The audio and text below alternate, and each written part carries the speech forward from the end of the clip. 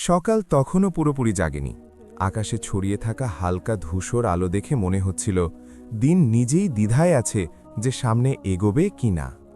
গ্রামের ধারের কাঁচা রাস্তায় হারিস খালি পায়ে হাঁটছিল। মাটির রাস্তা রাতের শিশিরে ভেজা ছিল, কিন্তু হারিসের পা এই অভ্যস্ত ছিল।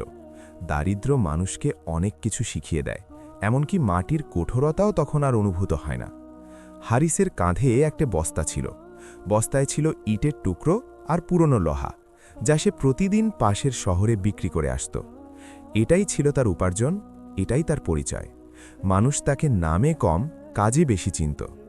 ইটের ছেলে এসে গেছে, এই কথাটি তার কানের পাশ দিয়ে রোজই যেত, কিন্তু তার হৃদয়ে পৌঁছত খুব কমই। তার মনে এমনিতেই অনেক শোরগোল ছিল। তার ঘর ছিল দুটি কামরার, একটি মায়ের জন্য, অন্যটি তার নিজের।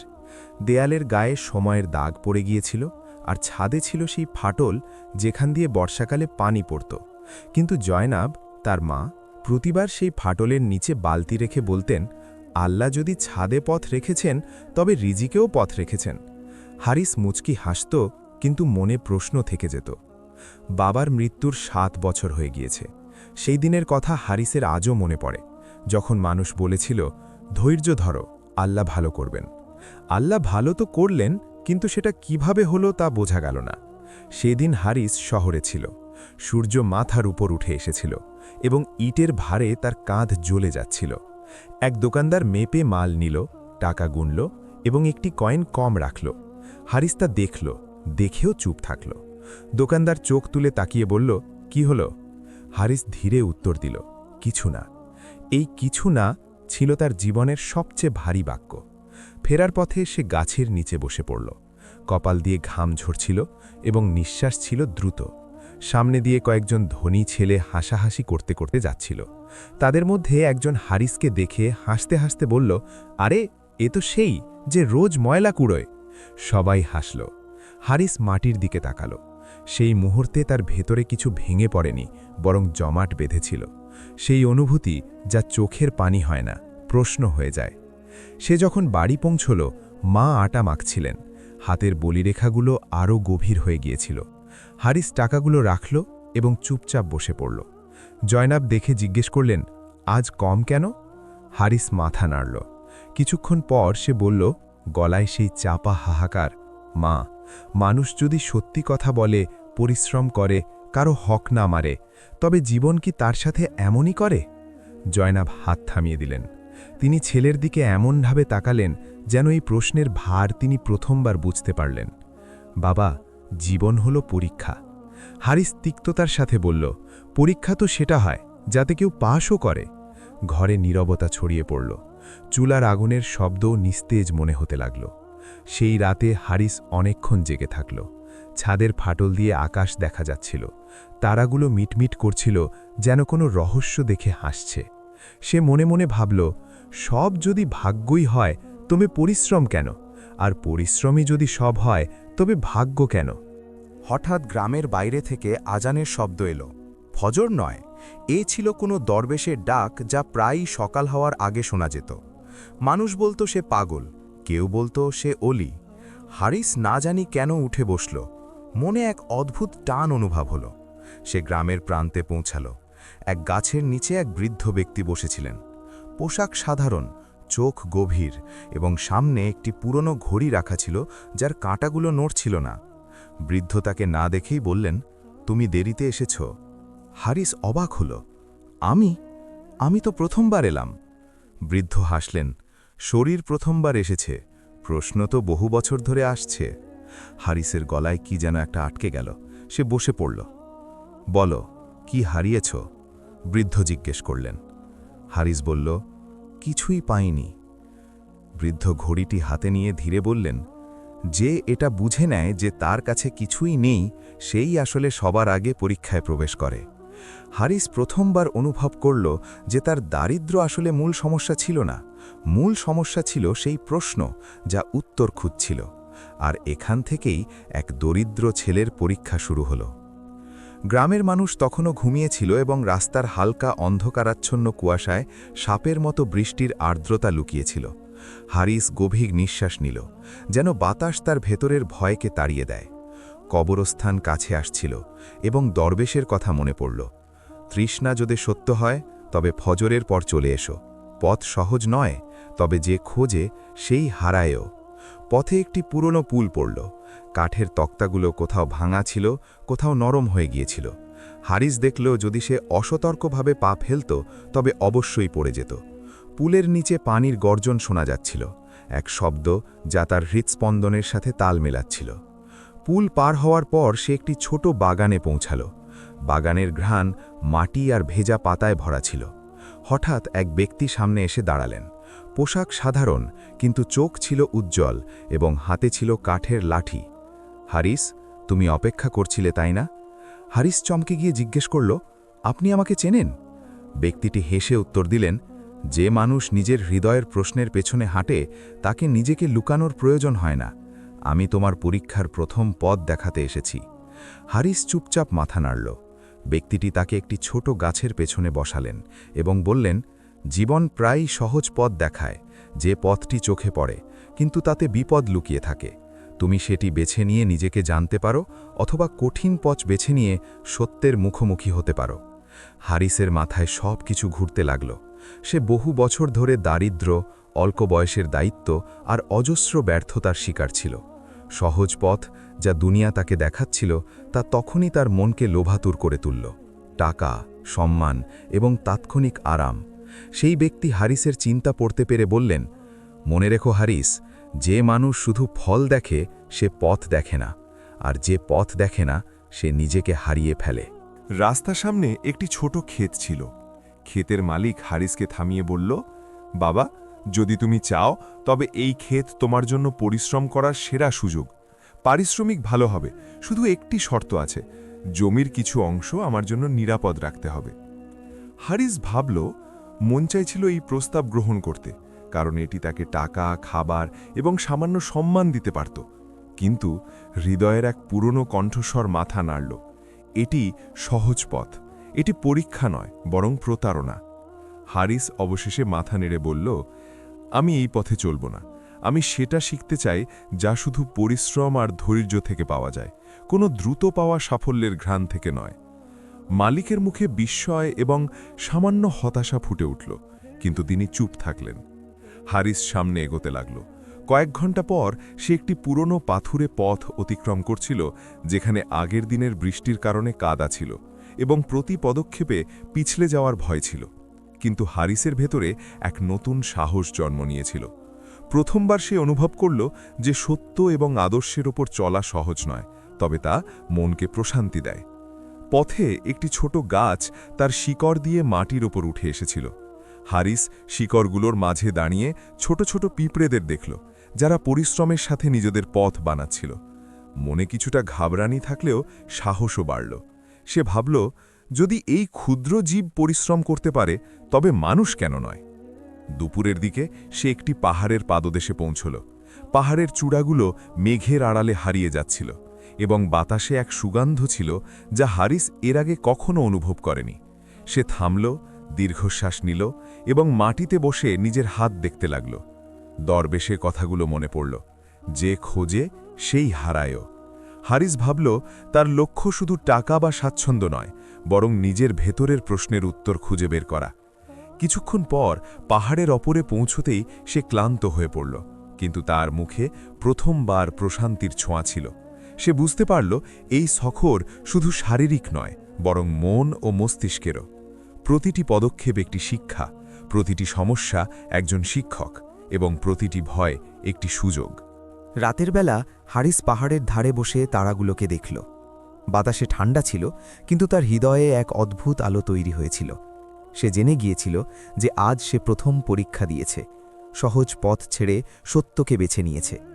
হারিস পাহাড়ের হিমেল বাতাসে নিজের নিঃশ্বাস গুনল এবং তারার আলোয় পা বাড়াল। সে গ্রামের সেই প্রান্তে পৌঁছল যার মানচিত্র দরবেশ তার মনে আগেই এঁকে দিয়েছিলেন।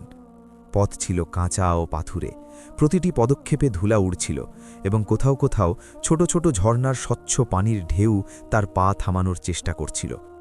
নদীর পানি ছিল বরফের মতো ঠান্ডা, কিন্তু হারিস অনুভব করল তার ইচ্ছা আর সাহস এই ঠান্ডাকে হারানোর জন্য যথেষ্ট। সে মনে করল দরবেশ বলেছিলেন, সময় কখনো কারোর জন্য অপেক্ষা করে না, যে মুহূর্তটি চলে যায় তা আর ফিরে আসে না। হারিসের মনে এক অদ্ভুত ভয় জন্মাল। সে বুঝে গেল এই পরীক্ষার উদ্দেশ্য শুধু শারীরিক নয়, বরং তার ভেতরের বোধকে সময়ের গুরুত্ব বোঝানো। কয়েক কদম এগোতেই সে একটি ছোট পুল পার হওয়ার জন্য পৌঁছল।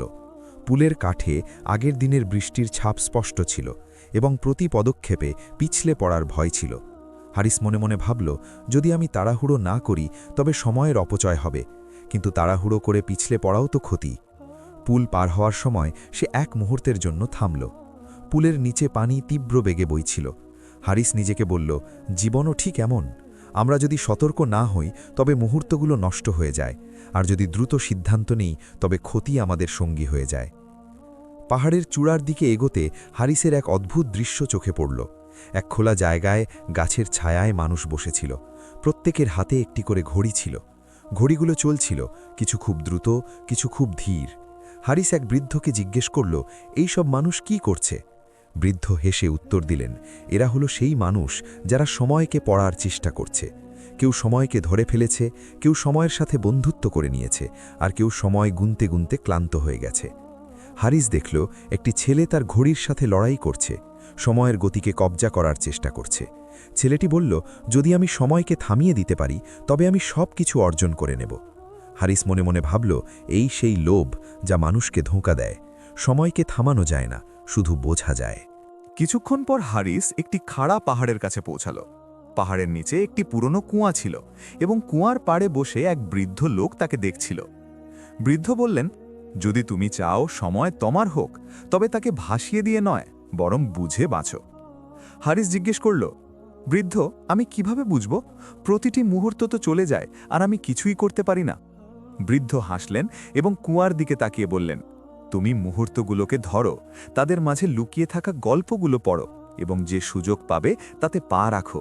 মনে রেখো, সময়ের খেলা খুব কঠিন, কিন্তু এর রহস্যে পৌঁছাতে পারা ব্যক্তি সবচেয়ে ভাগ্যবান হয়। হারিস গভীর শ্বাস নিল। সে বুঝতে পারল এই সফরে তার সবচেয়ে বড় পরীক্ষা ছিল সময় এবং ধৈর্যের সঠিক ব্যবহার। সে পাহাড়ের চূড়ার দিকে এগোতে থাকল। প্রতিটি পদক্ষেপের সাথে মনে প্রশ্ন জাগছিল, আমি কি মুহূর্তগুলোকে নষ্ট করছি? এই গতি কি আমার সফলতায় বাধা হচ্ছে? কয়েক ঘন্টা পর সে এক ছোট গ্রামের প্রান্তে পৌঁছাল। গ্রামের মানুষ দৈনন্দিন কাজে ব্যস্ত ছিল, কিন্তু প্রত্যেকেই নিজ নিজ কাজে সময়ের হিসাব রাখছিল। হারিস দেখল, কিছু মানুষ সময়কে অকারণে নষ্ট করছিল, আর কিছু মানুষ প্রতিটি মুহূর্তকে সেরা উপায়ে ব্যবহার করছিল। সে একটি ছোট ছেলের কাছে গেল যে তার খেলনা দিয়ে খেলছিল। ছেলেটি বলল, যদি আমি আজ এই খেলাটি না খেলি তবে কাল এই মুহূর্তটি হারিয়ে যাবে। হারিস মনে মনে ভাবল, এটাই তো বাস্তবতা, প্রতিটি মুহূর্ত মূল্যবান, না খেলা ছাড়া উচিত না পরিশ্রম। বিকেলের দিকে হারিস পাহাড়ের চূড়া থেকে গ্রামটিকে দেখল। সূর্যের শেষ আলোয় মাটিতে দীর্ঘ ছায়া তৈরি হচ্ছিল এবং প্রতিটি ছায়া একটি মুহূর্তের গল্প শোনাচ্ছিল।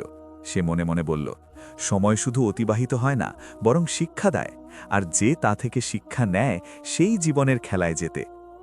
রাতের বেলা হারিস একটি ছোট গাছের নিচে বসল। বাতাসে মিষ্টি ঘ্রাণ ছিল এবং তার মনে প্রথমবার এই বোধ জন্মাল যে সময়ের সম্মান করা মানে শুধু বয়ে যাওয়া মুহূর্তের নয়, বরং জীবনের প্রতিটি সিদ্ধান্তের ভিত্তি। হারিস মনে করল, দরবেশ বলেছিলেন, তৃষ্ণা যদি সত্য হয়, কদম যদি শক্ত হয় এবং মুহূর্ত যদি উপস্থিত থাকে, তবে পথ নিজে থেকেই প্রকাশিত হয়। সেই মুহূর্তে হারিস প্রথমবার অনুভব করল, সময়ের সবচেয়ে বড় পাঠ শুধু অপেক্ষা নয়, বরং বোঝা। সে মনে মনে প্রতিজ্ঞা করল যে পরবর্তী পরীক্ষায় সে সময়ের প্রতিটি মুহূর্তকে চিনবে এবং নিজের ইচ্ছা আর কর্মের মধ্যে ভারসাম্য বজায় রাখবে। রাতের নিস্তব্ধতায় যখন গ্রামের প্রদীপগুলো নিভে গিয়েছিল, হারিস মনে অনুভব করল, আজকের এই সময়ের পরীক্ষা তার ভেতরে এক নতুন সাহস জন্ম দিয়েছে। সে জেনে গেল, শুধু পরিশ্রম আর ধৈর্য যথেষ্ট নয়, বরং প্রতিটি মুহূর্তকে চেনা এবং তা থেকে শিক্ষা নেওয়াই জীবনের আসল চাবিকাঠি। হারিস পাহাড়ের ধার থেকে গ্রামের আলোগুলো দেখল। প্রতিটি আলো একটি জীবনের গল্প শোনাচ্ছিল এবং তার মনে এক অদ্ভুত ইচ্ছা জেগে উঠল। কাশ, আমিও যদি এমন শক্তিশালী ও সচ্ছল হতাম যে মায়ের জীবন সহজ হয়ে যেত। কাশ, আমি নিজের জন্য সম্মান ও মর্যাদা অর্জন করতে পারতাম। এই চিন্তা তার হৃদয়ে একটি বিস্ফোরণের মতো প্রতিধ্বনিত হল। এতদিন সে শুধু শিক্ষা গ্রহণ করেছে, ধৈর্য ধরেছে আর সময়কে চিনেছে। কিন্তু প্রথমবার সে অনুভব করল মানুষের ভেতরের শুধু প্রশ্নই নয়, বরং ইচ্ছাও একটি পরীক্ষা। পরদিন সে গ্রামের একটি ছোট দোকানের পাশ দিয়ে যাচ্ছিল।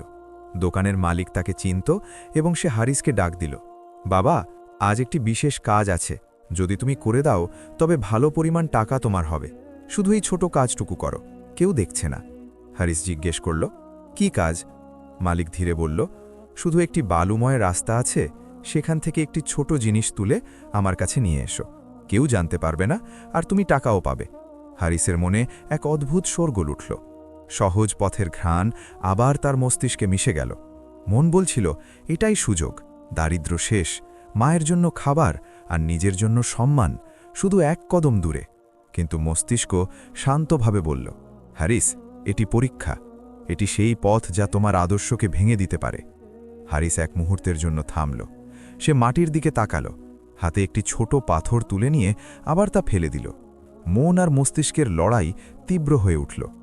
চলতে চলতে হারিস তার ছোটবেলার দিনগুলো মনে করল। যখন বাবা বেঁচে ছিল, তিনিও কখনো কখনো লোভে পড়ে যেতেন। একদিন গ্রামের মেলায় সে দেখেছে যে বাবা পরিশ্রমের বদলে সহজ পথ বেছে নিয়েছিলেন আর কারো থেকে কোনো জিনিস নিয়েছিলেন। সেই দিনটি হারিসের মনে গেঁথে গিয়েছিল। মন বলছিল, এখন তুমি বড় হয়েছ, এটি তোমার সুযোগ।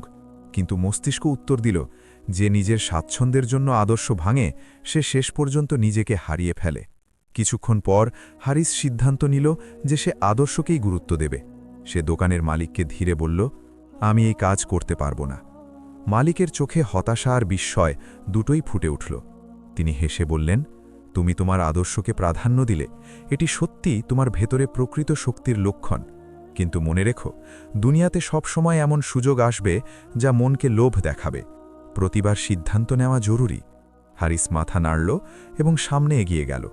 মনে এক অদ্ভুত প্রশান্তি ছিল, কিন্তু সাথে এক শূন্যতাও অনুভব হল।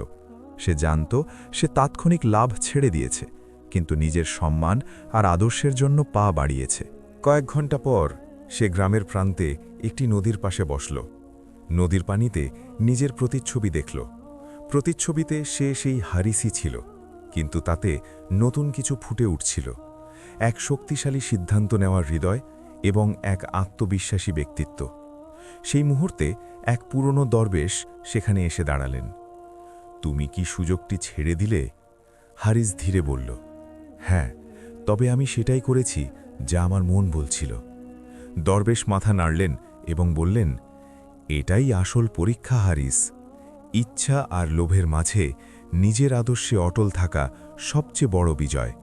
মনে রেখো, এই দুনিয়া প্রত্যেককে যাচাই করে এবং প্রতিটি পরীক্ষায় তোমার উত্তর তুমি নিজেই পাও। হারিস দরবেশের চোখের দিকে তাকালো। চোখগুলো এত গভীর ছিল যে মনে হচ্ছিল তিনি সময় আর পৃথিবীর সব রহস্য জানেন। হারিসের মনে প্রশ্ন জাগল, যদি আমি কখনো হেরে যাই, তবে কি আমি নিজেকে আবার ফিরে পেতে পারি? দরবেশ হেসে বললেন, হ্যাঁ, তবে প্রথমে তোমাকে তোমার ইচ্ছাগুলোকে চিনতে হবে। লোভ কখনো খারাপ নয়, শুধু তা মানুষকে পথ থেকে বিচ্যুত করে দেয়। হারিস তার হৃদয়ের কথা শুনল এবং সামনে এগোল। পথে প্রতিটি পাতা, প্রতিটি পাথর আর প্রতিটি বাতাসের শব্দ তার জন্য শিক্ষা হয়ে গেল। সে অনুভব করল, মানুষের ভেতরে ইচ্ছা আর লোভের মাঝখানে এক মজবুত পুল রয়েছে, যা যদি সঠিক ব্যবহার করা হয় তবে তা শক্তি দেয়, আর যদি ভুল ব্যবহার করা হয় তবে নিজেকে ধ্বংস করে দেয়। কয়েকদিনের সফরের পর হারিস এক পাহাড়ের ধারে বসল এবং নিচে গ্রামটিকে দেখছিল। সূর্যের শেষ রশ্মি মাটির ওপর পড়ছিল এবং প্রতিটি আলোয় মানুষের পরিশ্রম ও সংগ্রাম ফুটে উঠছিল। হৃদয়ে এক অদ্ভুত খুশি জেগে উঠল। আমি প্রথম বড় ইমতেহান পাশ করেছি। আমি নিজের খায়সাতকে কাবু করে রেখেছি। আমি উসুলের সাথে দাঁড়িয়ে আছি। রাতের সন্নাটে যখন পাহাড়ের হাওয়া ঠান্ডা ছিল, হারিস চিনে নিল যে এই আজমাইশ এখনও খাতাম হয়নি, বরং এটি একটি সিলসিলা, একটি ধারাবাহিকতা, একটি সফর যেখানে প্রতি কদম, প্রতি ফায়সালা এবং প্রতি লামহা মানুষের ভেতরের শক্তি আর ইখলাকি সমাজবুঝকে বাড়িয়ে দেয়। হারিসের জীবনে প্রথমবার অনুভব হল যে তার মেহনত, উসুল আর সবর তাকে কোনো এক মুকামে পৌঁছে দিতে পারে। একদিন গ্রামের মার্কাজি ময়দানে মেলা লেগেছিল। চারদিকে খুশি আর হাসি ছিল, কিন্তু হারিসের দিল অন্য কিছু ভাবছিল। তার কাছে এতটা ওয়াসাইল ছিল না যতটা অন্য নওজোয়ানদের কাছে ছিল, কিন্তু তার শাখসিয়াত, চালাকি এবং মেহনতের কারণে মানুষ তার কথা শুনত আর তার ওপর এতেমাদ করত। হারিস একটি গাছের নিচে বসে নিজের হাত দেখল। সেগুলো শক্ত ছিল, কিন্তু ইজ্জতের জন্য মেহনত করার পর নরম অনুভব হল। দিলে খুশির লহরী ঘেয়ে উঠল। আমি প্রথম ইমতিহান পাশ করে নিয়েছি। আমি মজবুত, আমি আমার মেহনত দিয়ে সব কিছু হাসিল করতে পারি। এই খুশি কিছুদিনের জন্য ছিল। এরই মধ্যে গ্রামে এক দ্বিতীয় নওজোয়ান এলো। নাম ছিল ইয়াসির। ইয়াসির খুবসুরত কাপড় পরে এবং নিজের আমিরানা ধনী জিন্দেগির সাথে এলো। সে হারিসের ইজ্জত দেখে কিছুটা নারাজ হলো এবং বলল, সব কিছু হাসিল করে নিয়েছ? তোমার মনে হয় তুমি সবার উপরে? হারিস মুচকি হেসে জবাব দিল, আমি শুধু তাই করছি যা সঠিক, মানুষ নিজেই দেখে। ইয়াসির অট্টহাসি দিয়ে বলল, সঠিক নাকি গুরুর? তুমি মেহনত সত্ত্বেও নিজেকে সবার চেয়ে বড় মনে করো। এই কথাটি হারিসের দিলে কাঁটার মতো বিঁধল। সে জানত যে কিছু মানুষ সবসময় নাকিদ, সমালোচক হয়, কিন্তু এবার অন্য কিছু ছিল। গুরুরের ছোট ছোট লকির তার দিলের গভীরতায় ছড়িয়ে পড়ছিল, এবং সে এই কথাতেও খুশি ছিল যে মানুষ তাকে এহতেরাম করছে। কিছুদিন পর গ্রামে একটি বড় তিওহার হল। হারিস সবার রাহনুমাই করল, সবার কাজে হাত বাটালো, এবং মানুষের ইজ্জত ও এহতেরামে ইজাফা হল। মানুষ তাকে দেখে তার চারপাশে জমা হয়ে গেল, তার আলফাজে আমল করল এবং তার ফায়সালার তারিফ করল। হারিসের দিলে গুরুর বাড়তে লাগল। সে নিজেকে বলতে লাগল, আমি এই সব কিছু নিজের উসুল, মেহনত আর শক্তি দিয়ে হাসিল করেছি। কেউ আমার চেয়ে উন্নত নয়। ঠিক সেই সময় বুড়ো দরবেশ, যে কদিন ধরে খামোশ বসেছিল, হারিসের কাছে এলো। তার চোখে গভীরতা ছিল আর আওয়াজের সিদ্ধাত। হারিস, তোমার শক্তি সত্যিই তারিফযোগ্য, কিন্তু মনে রেখো, গুরুর সব থেকে বড় আজমাইশ। যে মানুষ নিজেকে সব থেকে বড় মনে করে, সে সব কিছু হারিয়ে ফেলে। হারিস মাথা নাড়ল, কিন্তু দিলে কিছু বলতে চাইল। আমি সব কিছু ঠিক করছি, আমি সব থেকে উন্নত। দরবেশ আস্তে করে বলল, এটি তোমার প্রথম বড় খাতরা হারিস। দুনিয়া তোমাকে ইজ্জত দিচ্ছে, কিন্তু তোমাকে এটা ভুললে চলবে না যে গুরুর মানুষের সব থেকে বড় কামজোরি। হারিস কিছুটা নজর নিচে ঝোঁকালো, কিন্তু গুরুরের এহসাস কম হল না। সেই রাতে গ্রামের এক কোণে এক ওয়াকেয়া ঘটল, যা তাকে শক্ত ঝটকা দিল। এক নওজোয়ান, যে হারিসের পুরনো সাথী ছিল, নিজের আনা, অহংকার আর হাসাদের কারণে হারিসকে ধোঁকা দেওয়ার চেষ্টা করতে লাগল। সে চাইতো হারিসের কাজ বরবাদ হয়ে যাক, যাতে তার নিজের গুরুত্ব বেড়ে যায়। হারিস অনুভব করল যে তার গুরুর, তার কামিয়াবি আর তার খুদ এতেমাদি সব খতরে আছে। হারিস ফরি ফায়সালা করল। সে নিজের গুরুরকে পিছনে রাখল, নওজোয়ানের সাথে কথা বলল এবং তাকে বোঝালো যে শক্তি আর ইজ্জাতের মানে শুধু নিজের গুরুত্ব বাড়ানো নয়, বরং অন্যদের জন্য রাস্তা খুলে দেওয়াও। নওজোয়ান শেষ পর্যন্ত মেনে নিল এবং হারিসের উসুলের তারিফ করল। কিন্তু হারিসের দিলে এক খালিপন রয়ে গেল। সে জেনে গেল যে যদি সে গুরুরে বয়ে যেত, তবে সব কিছু হারিয়ে ফেলতে পারত। রাতের বেলা সে পাহাড়ের কিনারে বসল। হাওয়ায় খুশবু আর খামোশির সাথে দিলে সওয়াল পয়দা হল, যদি আমি আমার কামিয়াবি দিয়ে নিজেকে বড় মনে করি, তবে কি আমি সত্যিই মজবুত? দরবেশের কথা মনে পড়ল। গুরুর সেই বোঝা যা মানুষের দিলকে জমিনে চেপে দেয়। যে এই বোঝা থেকে আজাদ থাকে, সেই আসল আজাদি পায়। হারিস নিজের শ্বাস গুনল। দিলে এহসাস পয়দা করল যে এই আজমায়েশ শুধু বাইরের দুনিয়া থেকে নয়, বরং আন্দরুনি নফসের জাং ছিল। সে নিজের দিলের কথা শুনল, গুরুরকে কাবু করে রাখল এবং আগে বাড়ার আজাম করল। এই আজমায়েশ শুধু তাকে তার মকামের হাকিকাত দেখাচ্ছিল না, বরং এই সবকও দিচ্ছিল যে শক্তি আর ইজ্জাতের তাল্লুক শুধু বাইরের কামিয়াবির সাথে নয়, বরং ভেতরের আজিজি আর খুদ শানাসির সাথে। রাতের অন্ধকারে যখন গ্রামের রোশনি মাধ্যম হয়ে গিয়েছিল, হারিস চিনে নিল যে গুরুরের বোঝা মানুষের সব থেকে কিমতি লামহা, ফায়সালা আর তাল্লুকাতকে বরবাদ করে দিতে পারে। সে দিলে আহত করল যে পরবর্তী আজমায়েশে সে নিজের আনা আর খুদ পছন্দিকে সব সময়ের জন্য চিনে নেবে এবং হাকিকি আজিজির সাথে কাদাম বাড়াবে। সুবেহের হালকা রোশনি পাহাড়ের চোটায় পড়ছিল, আর হারিসের কাদাম এক নতুন হাকিকাতের দিকে এগিয়ে যাচ্ছিল। এখন সে শুধু গরিবি ওয়াক্ত খায়েশ আর গুরুর দিয়ে পার হয়নি, বরং তার ভেতরে এমন এক সুকুন পয়দা হয়েছিল যা আগে কখনো অনুভব হয়নি। কিন্তু আজ তার জন্য সব থেকে বড় আজমায়েশ মুনতাজির ছিল, সেই হাকিকাত যা তার চোখ আর দিল দুই খুলে দেবে। রাস্তা তনহা আর কাঁচা ছিল, চারদিকে খামোশি আর শুধু হাওয়ার সরসরানি এবং দূরের গাছের ডালপালার হালচল ছিল। হারিসের কদম আস্তে আস্তে আগে বাড়ছিল এবং প্রতিটি কদমের সাথে এক সওয়াল দিলে বাড়তে থাকছিল। আমি কি তৈরি? আমি কি হাকিকাতের সামনা করতে পারি? কয়েক ঘন্টা পর সে একটি কদিম গাছের নিচে পৌঁছল, যার তনে কিছু নকশা তৈরি ছিল। গাছের নিচে এক পুরনো মুর্শিদ বসেছিল, চেহারা ঝাপসা, কিন্তু চোখ এতটাই গভীর যে মনে হতো সে ওয়াক্ত আর মৌতের রাজ জানে। মুর্শিদ আস্তে আওয়াজে বলল, হারিস, তুমি এসে গেছ। তোমার সমস্ত আজমাইশ তোমাকে এই লামহা পর্যন্ত নিয়ে এসেছে, কিন্তু আসল হাকিকাত সামনে আসার জন্য তোমাকে সবথেকে বড় সওয়াল করতে হবে। তুমি কি মৌত আর জিন্দগি দুইয়ের রাজ সামলাতে পারবে? হারিস এক লামহার জন্য খামোশি এখতিয়ার করল। দিলের ধড়কন তেজ হয়ে গেল, আর জেহেনে বছরের পর বছর ধরে জমানো সওয়াল একসাথে উঠতে লাগল। জিন্দগি কেন? মৌত কেন? আর সব কিছু যা আমি হাসিল করেছি তার আসল মাকসাদ কি? মুর্শিদ আস্তে হাত বাড়াল এবং বলল, এটি সেই লামহা যখন মানুষ নিজের অজুদের সব রাজের সামনা করে। যে জিনিস তুমি পেয়েছ তা সব কিছু আরজি, এমকানাত, দৌলত, ইজ্জত, সব। আসল হাকিকাত এই যে জিন্দেগি আর মৌত দুই তোমার ভেতরে মজুদ আছে, আর তোমার হাকিকি ইমতেহান এই যে তুমি এই হাকিকাতকে কবুল করতে পারো কিনা। হারিস চোখ বন্ধ করল এবং গভীরতায় ঝুঁকল। তার অনুভব হল যে তার জিন্দেগির সমস্ত আজমায়েশ, গরিবি, ওয়াক্ত, খায়েশ, গুরুর সব কিছু ছিল শুধু একটি সাবাক। মানুষকে নিজের ভেতরে লুকিয়ে থাকা হাকিকাতের সামনা করতে হয়। এই লামহায় তার নিজের মায়ের কথা মনে পড়ল, জাইনাব, যে খামোশ, সাবির আর দুয়া গো ছিল, তার প্রতিটি সওয়ালের জবাব আলফাজের বদলে আমল দিয়ে দিত। হারিস দিলে বলল, মা যা বুঝিয়েছেন তা সব দুরস্ত ছিল। জিন্দেগির আসল মাকসাদ শুধু বেঁচে থাকা নয়, বরং বোঝা আর কবুল করা। মুর্শিদ একটি ঘড়ি জমিনে রাখল, যার কাঁটাগুলো দ্রুত চলছিল।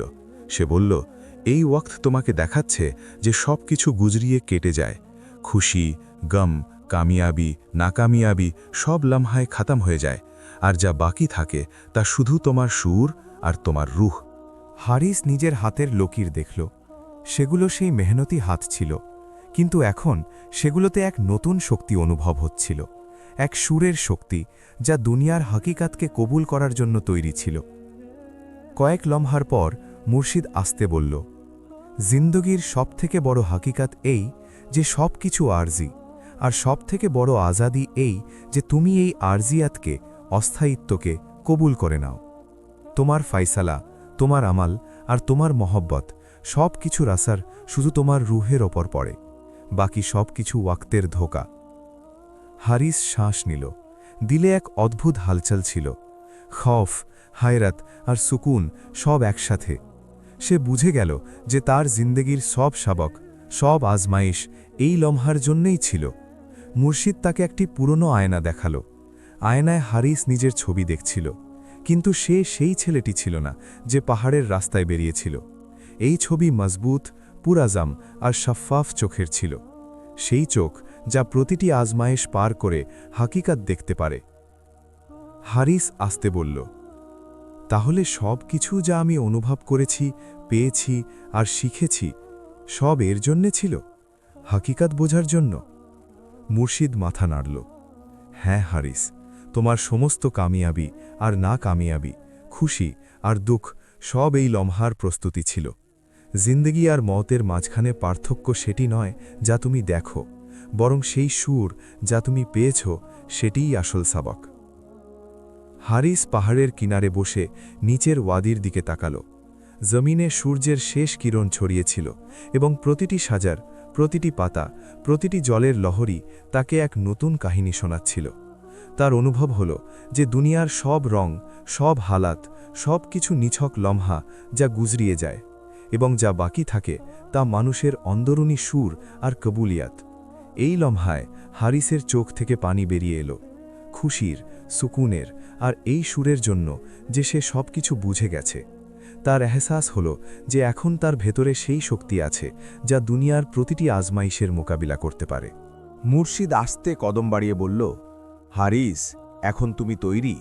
যা কিছু তুমি শিখেছ তা তোমার জিন্দেগির বুনিয়াদ বা ভিত্তি হবে। এই দুনিয়া, তার খুশি আর গম সব আরজি, কিন্তু যে সবক তুমি পেয়েছ তা সব সময় তোমার সাথে থাকবে। হারিস মাথা নাড়ল এবং দিলে এহাত করল যে এখন সে শুধু নিজের জিন্দেগির জন্য নয়, বরং অন্যদের জন্যেও সেই সুর নিয়ে আসবে যা সে নিজে অনুভব করেছে। রাতের অন্ধকারে পাহাড়ের ওপর হারিস প্রথমবার মুকাম্মাল সুকুন অনুভব করল। সে জেনে নিল যে দুনিয়ার হাকিকাত কবুল করলেই আজাদি মেলে। ওয়াক্ত, খায়েশ, গুরুর সব কিছু একটি ইমতিহান, এবং যে শখস নিজের রুহকে চিনে নেয় সে কখনো হারে না। সেই লম্হা তার জন্যে সবথেকে বড় ইনকেশাফ ছিল। সেই হাকিকাত যা সে বছরের পর বছর ধরে তালাশ করছিল আজ সামনে এসে গেল। পাহাড়ের চোটায় সূর্যের প্রথম রোশনি নরম আর সোনালি ছিল। হারিসের কদম এখন আস্তে আর পুখতা ছিল। তার ভেতরে যে ইজদিরাব আর খাসমাকাশ বছরের পর বছর থাকত তা আজ সুকুনে বদলে গিয়েছিল। প্রতিটি আজমায়েশ, গরিবি, ওয়াক্ত, খায়েশ, গুরুর আর হাকিকাতের সামনা তার দিল ও দিমাগে এক রোশন পথ হয়ে উঠেছিল। হারিস পাহাড়ের চোটা থেকে নিচে ওয়াদির দিকে দেখালো। ঘন সাজার নরম হারিয়ালি আর দূর থেকে বয়ে চলা নদীর আওয়াজ তাকে এক অদ্ভুত সুকুন দিচ্ছিল। তার এহসাস হল যে দুনিয়ার খুবসূরতি আর তার মাকসাদ শুধু দেখা আর বোঝার মধ্যে নয়, বরং তাকে দিলে অনুভব করার মধ্যে আছে। কয়েক লামহার পর সে নিজের মায়ের কথা ভাবতে লাগল। জৈনব, যে বছরের পর বছর ধরে খামোশ দোয়া করে আসছিল, তার প্রতিটি কদমের পৈরবী করছিল, তার কামিয়াবি আর সুকুনের জন্য দোয়া গোছিল। হারিস দিলে বলল, মায়ের দোয়া আর সাবাল আমাকে এখানে পর্যন্ত পৌঁছালো। এটি সব আমার জন্য নয়, বরং তাদের জন্যেও। পাহাড়ের কিনারে এক পুরনো দারবেশ দাঁড়িয়েছিল, যার চোখ আজও এতটাই গভীর ছিল যে মনে হতো সে দুনিয়া আর মানুষের প্রতিটি রাজের সাথে ওয়াকিফ ছিল। হারিস তার দিকে কদম বাড়াল। দারবেশ মুচকি হেসে বলল, হারিস, তোমার সমস্ত ইমতিহান মুকাম্মাল হয়ে গেছে। এখন তুমি সেই সুকুন পাবে যা দুনিয়ার কোনো জিনিস থেকে মেলে না। এই সুকুন তোমার দিল আর সুরের পায়দাওয়ার। তুমি প্রতিটি আজমায়েশকে চিনলে আর প্রতিটি সবক থেকে সবক শিখলে। এখন সময় হয়েছে একে বাঁচার। হারিস আস্তে মাথা নাড়ল। দিলে এক অদ্ভুত রোশনি ছিল, এমন রোশনি যা না দিনের আলো ছিল না রাতের তারিকি। এই রোশনি তার সুর আর অন্দরুনি সুকুনের আলামাত ছিল। দরবেশ আগে বেড়ে এক ছোট ঘাসের ময়দানের দিকে ইশারা করল। এই জায়গা তোমার, হারিস। এখানে বসো, শ্বাস নাও আর দেখো যে যা কিছু তুমি শিখেছ তা কিভাবে তোমার ভেতরে বদল আনছে। হারিস ঘাসের উপর বসে পড়ল আর হাওয়ার নরম সরসরানিতে নিজেকে ভাসিয়ে দিল। তার অনুভব হল যে জিন্দিগির আসল মকসাদ কোনো জিনিস হাসিল করা নয়, বরং সুকুন আর সমঝের সাথে বেঁচে থাকা। পাহাড়ের উপর থেকে ওয়াদির নিচে ছোট গ্রামের রোশনি মধ্যম পড়ছিল, আর হারিসের দিলে খেয়াল এলো যে এখন সে ফেরত যাবে, কিন্তু আগে নিজের ভেতরের তাবদিলিকে মোকাম্মালভাবে অনুভব করতে চাইল। এরই মধ্যে এক নওজোয়ান ছেলে, যে হারিসের পুরনো গ্রামের বাসিন্দা ছিল, সেখানে এলো। ছেলেটি জিজ্ঞেস করল, হারিস ভাই, আপনি এখানে কেন বসে আছেন? আপনি কি কামিয়াব হয়ে গেছেন? হারিস মুচকি হেসে জবাব দিল, কামিয়াবি শুধু হাসিল করার মধ্যে নয় বাবা। কামিয়াবি এই যে তুমি নিজেকে চেনো, নিজের দিলের কথা শোনো আর যা কিছু জিন্দিগি দেয় তাকে কবুল করো। ছেলেটি হয়রতের সাথে জিজ্ঞেস করল, তাহলে এখন আপনি খুশি? হারিস আস্তে বলল, হ্যাঁ, এখন আমি খুশি। না পয়সা, না ইজ্জত, না কোনো মোকাম, সব আরজি। আসল খুশি আর সুকুন তাতে আছে যা তোমার ভেতরে আছে, যা তোমার সুর আর আমল থেকে পয়দা হয়। এরপর হারিস পাহাড়ের কিনারে দাঁড়িয়ে নিজের সমস্ত সফরের উপর নজর বুলালো। প্রতিটি লামহা, প্রতিটি মুশকিল, প্রতিটি আজমাইশ আর প্রতিটি সাবাক এক রোশন সুতোর মতো নজরে আসছিল, যা তার জিন্দিগির কাহিনীতে জুড়ে গিয়েছিল। তার এহসাস হল যে সত্য আর সুর ছাড়া জিন্দিগি নিছক ওয়াক্তের অপচয়, এবং যে মানুষ নিজের রুহকে চিনে নেয় সে কখনো হারে না। কদিন পর হারিস গ্রামে ফেরত এলো। মানুষ তাকে দেখে হয়রান ছিল, কারণ সেই ছেলেটি যে কখনো গরিব, খামোশ আর হফজাদা ছিল, এখন এক পুর আজম, মুতমাইন আর সুর দিয়ে ভরপুর মানুষ হয়ে উঠেছে। তার চেহারায় সেই সুকুন ছিল যা দুনিয়ার কোনো কিছু থেকে আসে না। এই সুকুন দিলের পাকিজিগি আর সুরের রোশনি থেকে পয়দা হয়েছিল। হারিস নিজের মা জাইনাবের কাদম চুমল এবং দিলে বলল, মা, এটি সব আপনার দোয়া আর সবরের কারণে মুমকিন হয়েছে। এখন আমি জানি যে আসল দৌলত, ইজ্জত আর কামিয়াবি বাইরে নয়, বরং দিল আর রুহে আছে। জাইনাব আস্তে বলল, বেটা, তুমি সব কিছু শিখে নিয়েছ। এখন তুমি আজাদ, কারণ তুমি হাকিকতকে কবুল করে নিয়েছ। হারিস আস্তে মুচকি হেসে বলল, আমি জানি আম্মি, এখন আমার কোনো জিনিসের ফিকির নেই, কারণ আমি নিজেকে চিনে নিয়েছি। এটিই আসল সুকুন। কদিন পর হারিস গ্রামে বাচ্চা আর নজওয়ানদের সবক দেওয়া শুরু করল। সে শুধু আলফাজ শেখাত না, বরং নিজের জিন্দেগির কাহিনীর মাধ্যমে সবক দিত।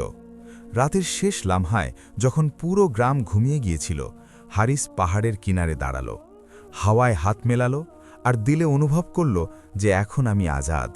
দুনিয়ার প্রতিটি আজমায়েশের পর আমি সেই সুকুন পেয়েছি যা কখনো মেটে না। এই সবক সব সময় আমার সাথে থাকবে, আর এটি সবথেকে বড় কামিয়াবি। আসল কামিয়াবি আর সুকুন দুনিয়ার জিনিসে নয়, বরং মানুষের রূহ, সুর আর হকিকাতের কবুলিয়াতের মধ্যে। যে শখস প্রতিটি আজমায়েশ থেকে গুজরিয়ে যায়, নিজের উসুলের ওপর কায়েম থাকে, ওয়াক্ত আর খায়েশের কদর জানে, গুরুর থেকে আজাদ হয় আর হকিকাতকে কবুল করে, সেই হকিকি ফাতিহা অর্থাৎ আসল বিজয়ী। হারিস এই সবক শুধু পেল না, বরং নিজের জিন্দেগির মাধ্যমে অন্যদেরও দেখালো। বন্ধুরা, আশা করি আজকের এই তারিখি দাস্তান, ঐতিহাসিক কাহিনী আপনাদের পছন্দ হয়েছে। যদি আপনাদের এই ভিডিওটি ভালো লেগে থাকে, তবে এটি লাইক করুন এবং আমাদের চ্যানেলকে সাবস্ক্রাইব করতে ভুলবেন না। আপনাদের রায় আমাদের জন্য অনেক কিমতি। কমেন্ট সেকশনে অবশ্যই জানাবেন যে পরবর্তী ভিডিও কোন মজু ওপর হওয়া উচিত। আল্লাহ হাফিজ।